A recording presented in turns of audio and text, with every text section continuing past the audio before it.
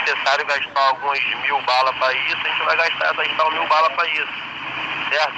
Eu peço a Deus que guarde as pessoas inocentes, possa guardar aqui a nossa rapaziada aqui, também não quero derramamento de sangue da parte de vocês, mas o território aí a gente vai brigar por eles também, porque vocês ainda falaram que vai brigar pelo bagulho, vamos brigar também.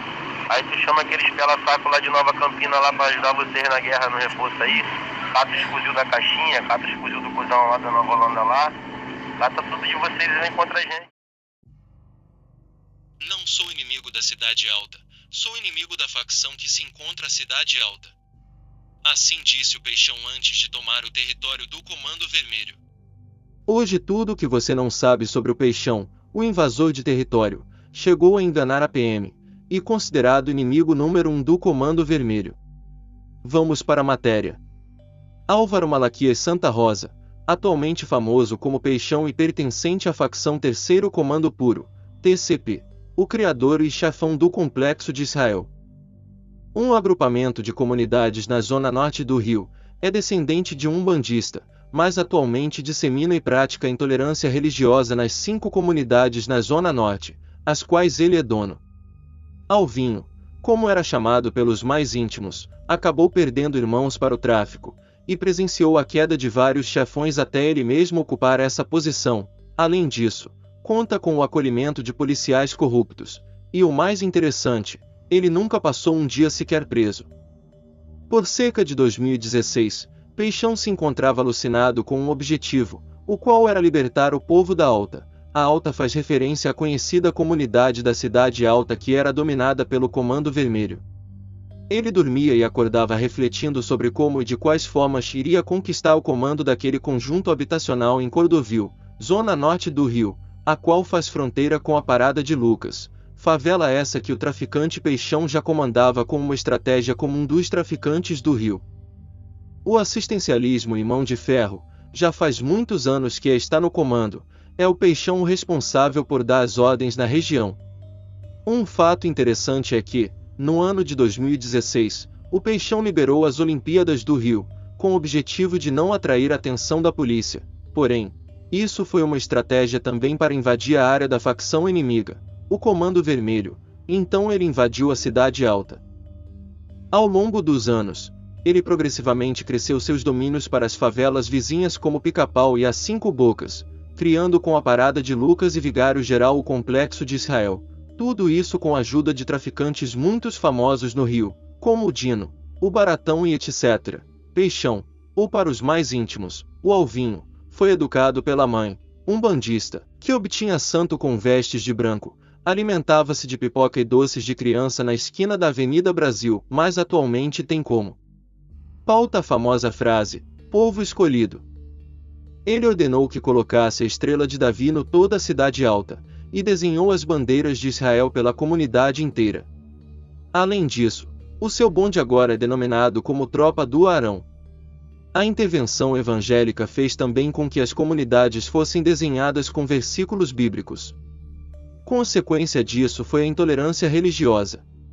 Terreiros foram proibidos e imagens de santa retiradas. O traficante ficou famoso por comandar ataques a terreiros de religiões de matriz africana. Com a bandeira de bonde de Jesus em Duque de Caxias, local de onde é cria. Vale ressaltar que ele próprio pregava em uma igreja evangélica no município. Deixe nos comentários o porquê da revolta dele, galera. Vamos continuar. Sobre os irmãos dele, ele perdeu 2 irmãos para a vida do crime. Os 2 acabaram mortos. Uma irmã dele também era envolvida. E outro irmão, de nome Aldo, que ainda se encontra vivo, perdeu uma perna, contra ele, a mandado de prisão. Na infância, ele dizia que não queria se tornar bandido, porém acabou se envolvendo cedo.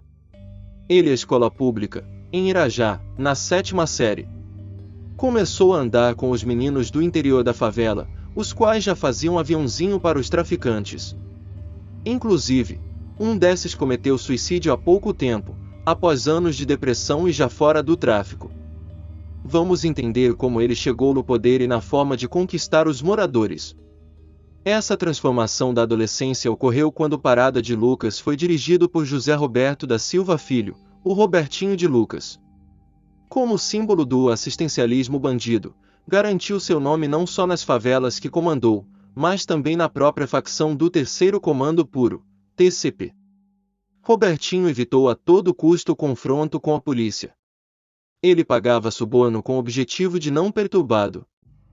E constantemente fazia agrados com o objetivo de conquistar a confiança dos moradores. Inclusive, ele fundou escolas assim.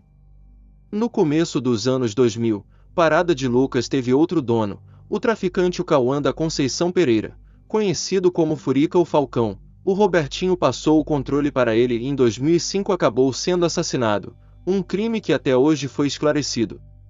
Furica então implementou o objetivo para ampliar o poder de sua gangue. No final do mesmo ano, traficantes alugaram um caveirão da polícia com o objetivo de sequestrar e matar 8 jovens na vizinha Vigário Geral. Segundo denúncias de moradores, os corpos nunca apareceram. Furica foi preso no começo de 2006, porém em um instante foi liberado.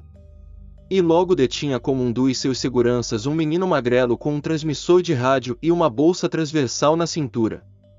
Um fato interessante é que foi o Furica quem iniciou essa conexão entre Peixão com pastores que continua até hoje.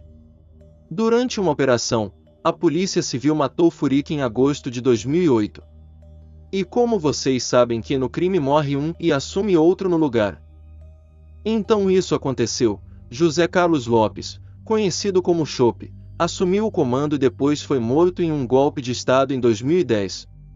A comunidade ficou sendo controlada por Ronaldo Atocha Dias da Silva, o Tião, segundo os investigadores, o golpe de Estado, o qual teve como consequência na morte de outros chefes do crime na área, como Blanco, Tagino, levou Peixão a abandonar a comunidade. Vamos entrar na corrupção. Logo depois de abandonar a comunidade, o Peixão foi morar com a mãe em Maricá, tornando-o trabalhador por um tempo, até o momento que foi caçado por policiais corruptos.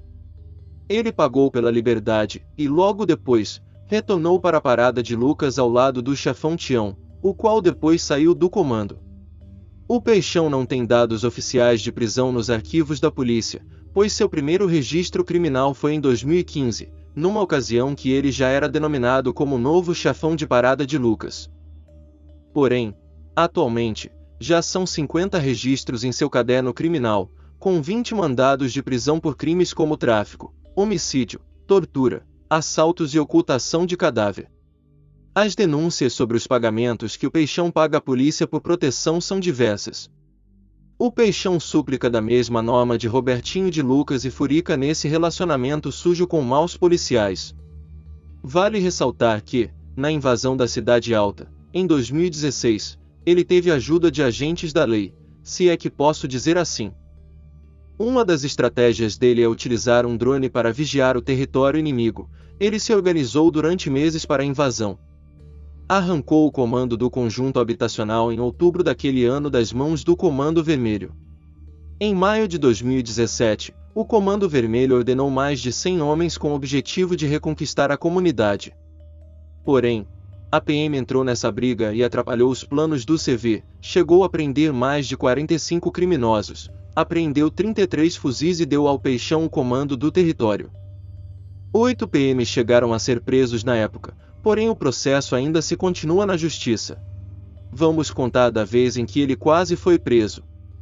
Em agosto de 2017, faltou pouco para o Peixão ser preso na rodovia Presidente Dutra, momento em que retornava de uma viagem. Um mês antes, ele tinha viajado com a mulher, 2 filhos e 2 pastores para o sul do país.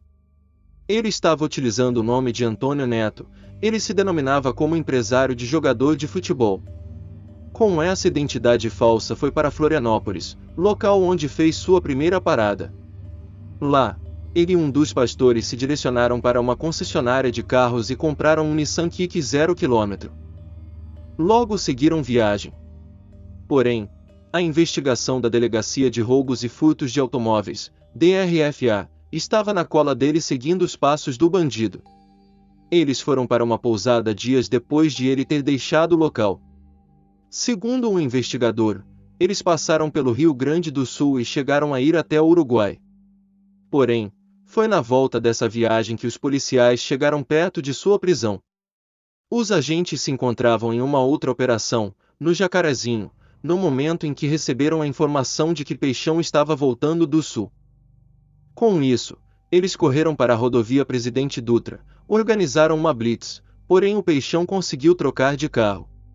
Ele parou num posto de gasolina, na altura de Vilar dos Teles, e deu o carro Kicks para um homem de sua confiança. No momento em que os policiais estacionaram o carro, o traficante não se encontrava mais dentro dele. O veículo estava sendo dirigido por um policial militar. Peixão tinha entrado num outro veículo, um Linéia, e fugiu do cerco.